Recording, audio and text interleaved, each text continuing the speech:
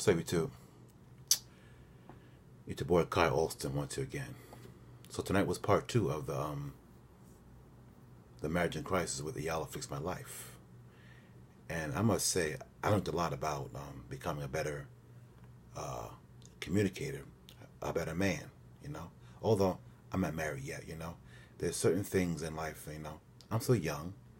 Certain things in life that I can fix. So in case I do become married, I can become a better communicator. You know, because right now in my life, I kind of have that problem. And do in life you gotta own your mess. But anyway, I learned that in the black community mainly, that most of us are black men, not all of us, but I say this: a large portion of us are broken men by design. Especially men 20 to 40. I say it because for those of you who are old enough to remember, in the 80s when Reagan poured drugs in the black community, most of our fathers were on drugs, selling drugs, pimps. Most of our mothers were whores, prostitutes, thots, you name it. So most of the babies born in the 80s didn't have a foundation of happy moms and wives. So in 2017, we have 72% of kids born in wedlock. And in the black community, damn near 70% of marriages in divorce in the first 10 years. Because we didn't have a foundation of how to be a man and wife. We haven't seen it. We haven't seen it. And most black men, over the years, I've learned that those are men who are in the 30s and 40s. Most of us didn't have a nurturing mother. We didn't. We didn't. So because of that, we don't, love ourselves. We don't. And because of that, we don't know, how to treat ourselves. And because of that, we try to find love in the wrong places. We try to find love in a woman. You can't do that. You can't love any other person until you love you. But in the black community, most men and women, we don't love ourselves. We don't.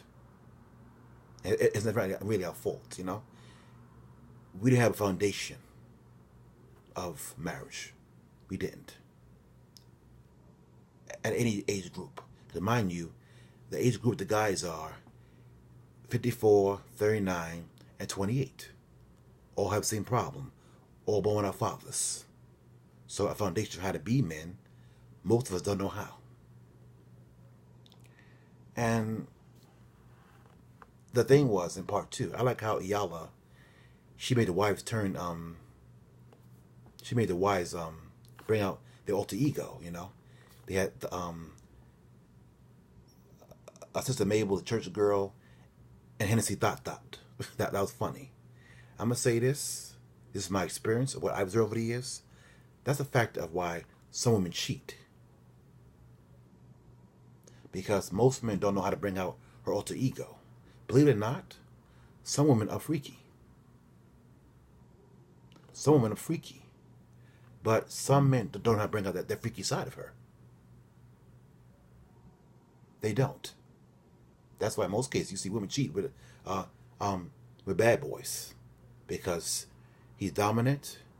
He makes her feel safe and special. So he brings that side out of her. He does.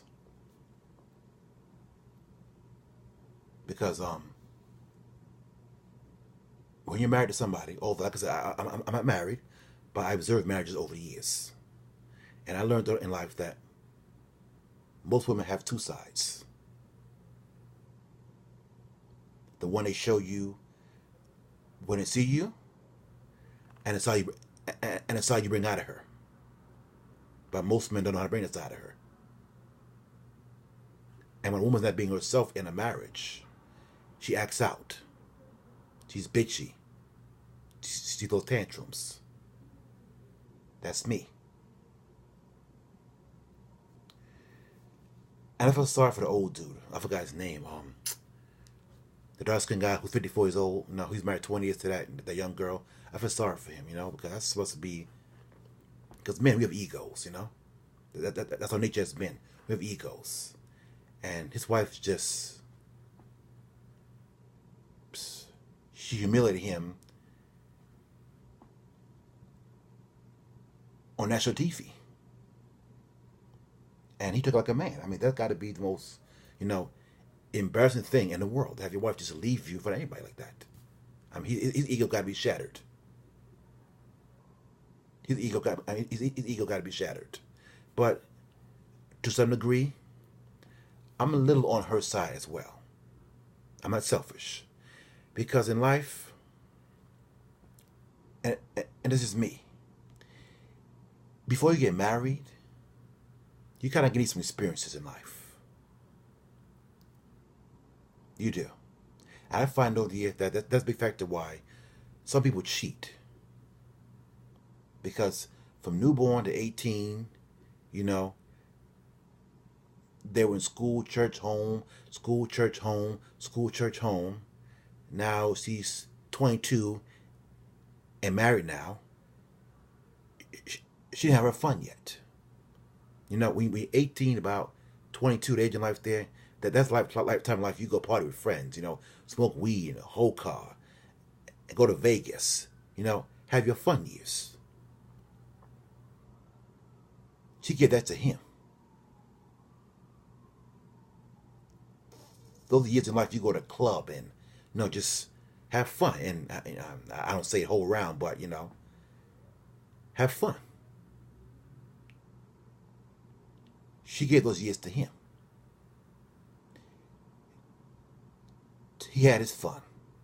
She didn't. Now, Mr. Lamar, that dude, I don't know what's on his biscuit, but I don't know, man. And then, like, he goes in a different world. And I find, you know, that, you know, how to put this? Let me say this. Lamar, he reminds me of me a little bit, you know. And I find over the years that most men who shut down a lot, they go into a different world when you're talking. Those are signs of somebody who was abused in childhood. And the only way they know how to handle things is to go into, you know, another world, you know, and to try tuning it out. But in his case, it's not good because it's coming out in his marriage. It's coming out in his marriage. And towards the end of the show, he said he's her pastor. Like, dude, I was wrong with him.